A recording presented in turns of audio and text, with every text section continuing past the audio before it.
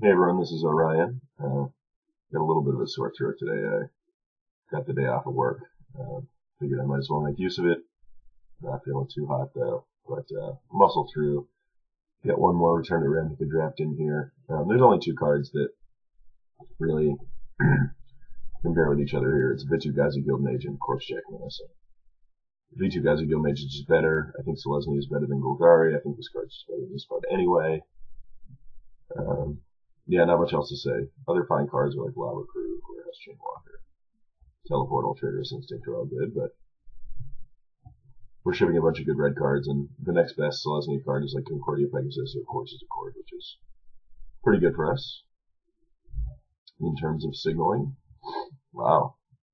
Just get past Carnival Hellsteed. I mean, the card's not that insane. They took an uncommon over it, that makes me a little scared. But they could have also taken the Finalizing Guildmage. Let's see. So if I take a non-Carnival Hellsteed card, it's just going to be like, sorry, let me get the card up here. You guys like that? Make this a little bigger too for viewing privileges. So yeah, it's just like a 6/5 haste for 5. I mean, even if I could end up playing both of these in the same deck. It's not unreasonable. This thing's just so huge. And if I miss out on like a Pegasus, then I'm not too concerned with it, so I'm just going to take this. Sometimes you got to abandon your first pick. That said, here we have the choice between like Cellar, Justiciar, Selesnya Keyrune, and Void Wielder, I guess. I suppose Lava Crew if you really wanted to stick with red, but I just took this on the off chance that it ends up being really open. I'm not too concerned with it. It was mostly just a free pickup because the next best card was a Concordia Pegasus. Although, I may end up regretting that. I may end up really wishing I had a Concordia Pegasus. So Cellar's good, and any kind of token maker is good with Populate. I think it's better than Azorius Justiciar a lot of the times, unless you're a more aggressive deck. Void Wielder is very good in Bant, but I may want to hold out hope that Void Wielder's the best card in the pack. I'm not really sure. If you just take this, try to be Bant. Bant control is like a good archetype, especially with something like Finalizing Guildmage. Just take this, try to go 5 color, but I think I'm just going to go with Cellar of Sunbirds. Alright, so now I'm wishing I'd passed this. I could have certainly gotten someone to my left into Rakdos or something, but here I'll just take a Pegasus here. It's good on the curve. It's a fine card in general. Here we have the choice between Security Blockade, another Pegasus, a Swift Justice, or a Courser's Accord. I think it's between Courser's Accord and Security Blockade, and I think I'm just going to take the Blockade. Helps keep you alive, gives you another token. We've got a pretty strong Populate theme so far, so that leaves us open to picking up some good cards that other people might not want in the next 2 packs, like Reborn Defenses and Druid's Deliverance and stuff. So I do like Ethereal Armor, but I might just want Reborn Defenses. I mean, I might be able to get Reborn Defenses kind of late. Ethereal Armor is actually quite good. Can make your guys pretty big. We already have a Security Blockade to go with it. Yeah, sure. I'll run it. Oh, geez. This is actually a tough pick. It's Common Bond versus Dryad Militant versus other Ethereal Armor. I don't think we have a reason to move in on Ethereal Armor. And I don't mind just having one per value, but I think Common Bond is probably the best card in this pack by quite a large margin. I mean, we could have kind of an aggressive deck at this point. So maybe I just want one of these two and just try to draft a beatdown deck. But I mean, I guess Common Bond is just as good as a beatdown deck anyway. Alright, here we have the choice between taking Azorius Guildgate or Giant Growth. We already have 4 creatures essentially, and 3 or 2 things to put on them. Well, we haven't seen a lot of blue. We passed like a Hussar Patrol and a Void Wielder, but those were kind of early, so I'm not really looking to splash over much. Here, I guess I'll just take a Crocodile. I could take an Archway, but there's like a million 7 drops in this format. I'm never really in the mood to draft them anyway. Maybe I should have just taken 2 Ethereal Armors and really gone to town.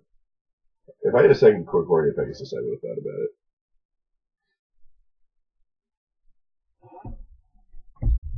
Here, I guess Fall of the Gavel is the card I'm most likely to play, but I doubt it. I mean, there's a 7-drop.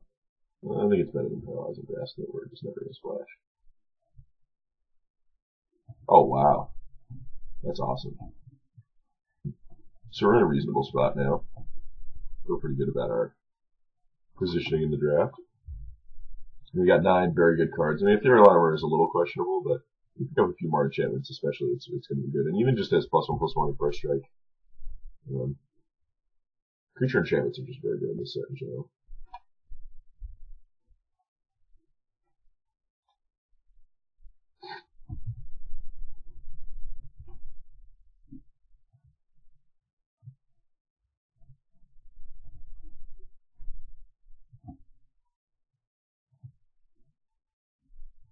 Not really going to play Urban Version. Here, Selesnya Charm jumps out at me. Definitely better than Cellar.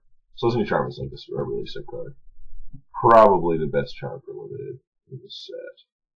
Is that true? Yeah, I think so. I think that it is.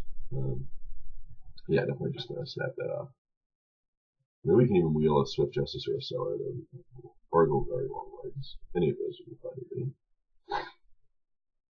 This pack is kind of weak. There's like a 2nd Giant Growth. There's a blue Guildgate for splashing our Fall of the Gavel. I mean, Prosper, Weird, and Dead Rebel are like the only good cards in this pack. Somebody took a rare, so I suppose we'll just chalk it up to kind of a run bad. And we already have, well, just take a Giant Growth, I guess. Still don't see any reason not to do that. Here, there's Dryad Militant versus Keening Apparition. Dryad Militant is turning out like it looks like it's going to be really good in this deck, actually. Yeah, I think our deck is just going to end up being really aggressive. I was thinking it was going to be more controlling when we started off with like this and this and this, but I think that we're just going to start beating down, so I'm going to take a 1-drop. And then, of course, that immediately is not as good as I thought, or there's like nothing much here. And Cellar's fine.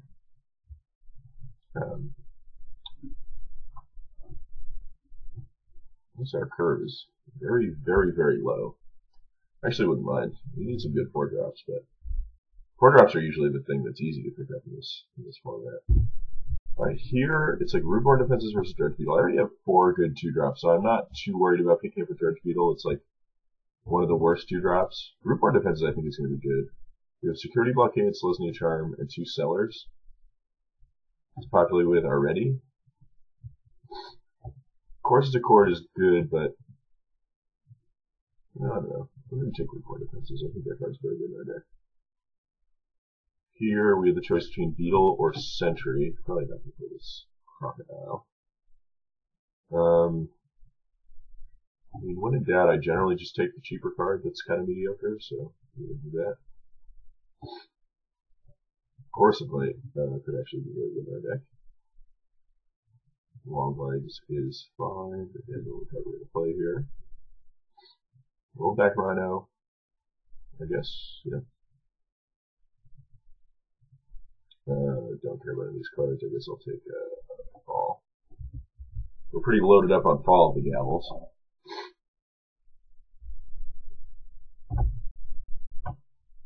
Take the only really playable card. Although, no, Concordia Pegasus is very good.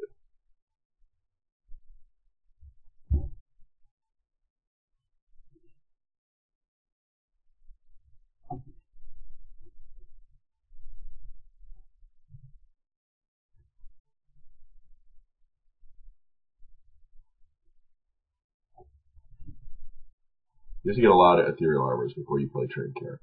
Yeah, I kind of wish I had a second Ethereal Armor now, actually. This is like looking like an Ethereal Armor deck. But, I mean, it's also a common bond deck, so it's not that bad. Geez, last pick Rakdos Guildgate. That's surprising. Or effectively last pick.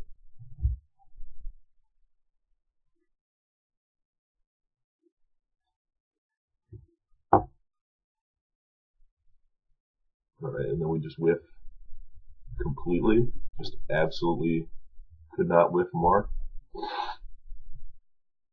Hold on. I'm gonna go blow my nose, so I'm not sniffling into the camera here. Alright, so I guess the card we're most likely to play is Hussar Patrol. No, actually, I'm just going to take Azorius Guildgate here. That is not the most exciting first pick of all time. And here we've got Karazda Guildmage, which is very good, but I think we're kind of past that. This is just another seller. Sunspire Griffin, very good card. There's also a Selesnya Guildgate, and we actually might play Judge's Familiar if it wheels. I would also play Courser's Accord if it wheeled. Jeez, just nothing. Huh. I feel like it's just not there because the picks were all very good. I guess I'll just take Selesnya Guildgate. It's not even that good in this deck. It's burning out so much, but having one can't hurt that bad. There's Mana Bloom. I'm not going to play Slitterhead. Karazda Monitor is like pretty unplayable, I think. Well, maybe we just want that. No. Fencing Ace, on the other hand, is quite good. Especially with all of our giant growths and stuff like that. Yeah, so here it is. Keening Apparition versus Azorius Arrestor. Usually I think Keening Apparition is better, but I think Azorius Arrestor actually might be the pick here. Just because of our very aggressive deck. Alright, yeah, so we're getting Sunspire Griffins this late, but yeah, that's just lame. And a Common Rod, yeah, so it just wasn't there this pack. That's but our deck got to 23 playables and is looking very good, actually. I'm glad I took the Dredge Beetle over the 3-drop now.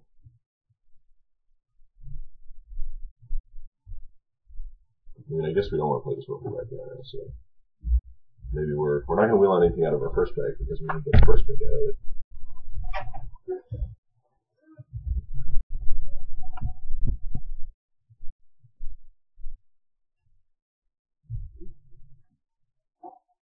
This deck is literally just pump spells and creatures. Yeah, if I had a second armor over this Common Bond, that'd be good. No, I don't really have enough enchantments. I just have a security blockade. We didn't really see any enchantments after that.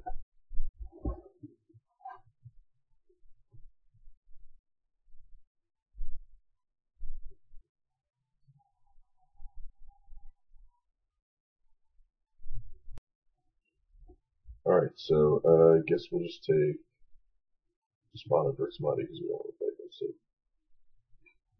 no chance I play Axeman Stag, so given that we already have one hidden.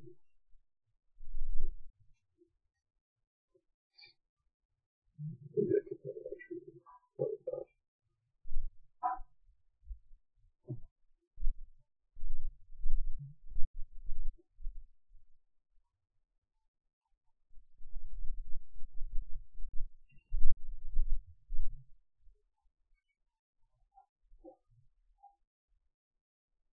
Play the Crocodile instead of the Little Black Rhino.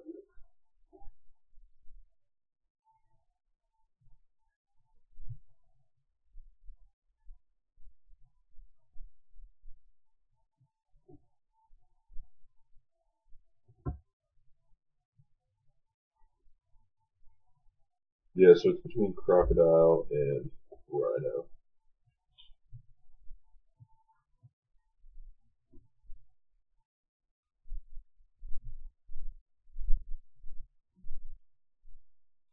I think I'll probably play the Rhino just because I already have so many 3-drops.